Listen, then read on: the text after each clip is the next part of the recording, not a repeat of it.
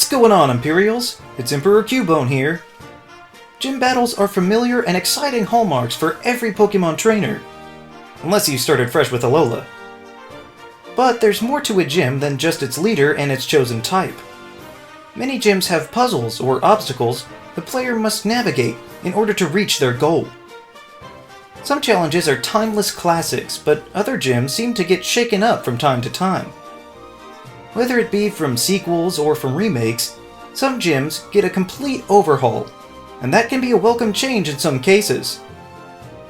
And just so we're clear, just because a gym is remade doesn't necessarily mean that it's redesigned. For instance, I love the new look of Rustboro Gym in Gen 6, but if you take away the fresh coat of paint, it's pretty much the same layout as the original. So, here are the top 6 gym redesigns in Pokémon.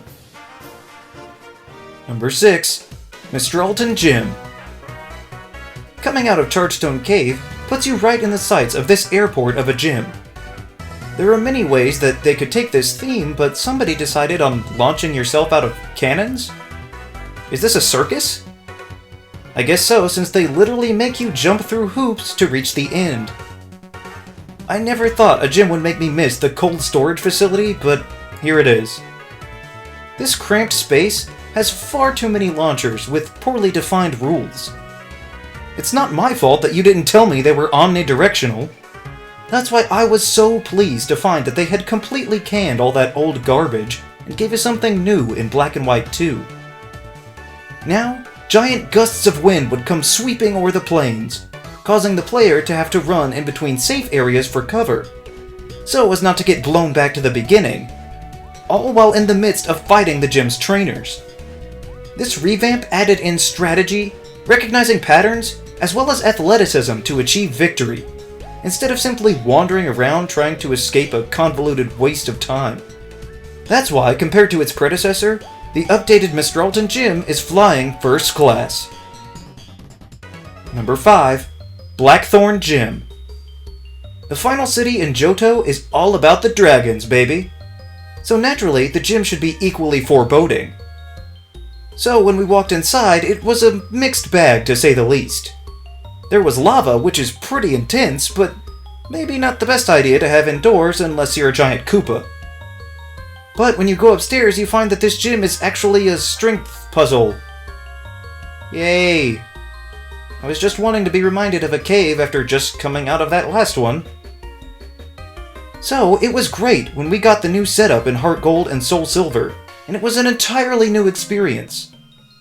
There was still lava, but it actually looked like a real danger. And now we had to maneuver platforms through the lava to safety, which was great motivation not to be marooned in the molten sea.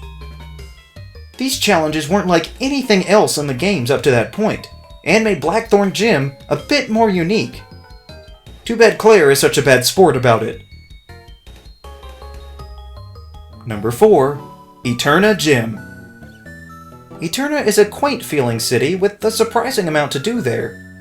Once you visit the gym, you find a lovely arboretum greenhouse situation going on, but it's a little confusing because it doesn't seem like anyone's home. Eventually, you realize that the trainers are in hiding, and you can only find the other ones through riddles of their locations. Literally, they will only show up after the riddle. You can check. It's not really that challenging, more just annoying, since everything looks the same. But at least as far as I know, Gardenia is the only leader to use a starter in defense of their gym. But once Platinum rolled around, it was a different story altogether. This time, the gym had a big old puzzle smack in the middle. Basically, the flower petals acted like the hands of a clock and would spin. But you could move it around by fighting the different trainers, and then you could even do other things like deactivating some sprinklers. Truthfully, I found the puzzle itself to be kind of lame, but just having anything more to do surprised me, and made going to the Eterna Gym a little less predictable. It made me wonder what other differences might be in store on my journey. Number 3. Azalea Gym. What's worse than some boring gym riddles? How about a gym with nothing in it? In Gen 2, there was literally nothing to the Azalea Gym except a big tree. You could just walk up to the trainers willy-nilly. There's no challenge or skill involved in any way. But when we visit again, it is a completely different story. Now the gym has giant spider carts that travel across tracks over a canyon. The tracks can be changed with levers in certain spots. It's an intriguing challenge that perfectly capitalizes on the bug typing. This upgrade gives the gym some much needed character since they forgot to give any to its leader. It's gratifying to have a puzzle that is straightforward but at least slightly challenging, especially when it fills in a boring absence of anything from before. Number 2. Mossdeep Gym. Now, I will say, I personally don't think that Mossdeep Gym needed a makeover in the first place. I really liked the human conveyor belt / roller coaster vibe that they had going. But Mossdeep is on the list because it had not one, but 2 different redesigns in its time. If there was a downside to the original, it's that you were unable to see the entirety of the track, so there was a bit of stumbling around blindly.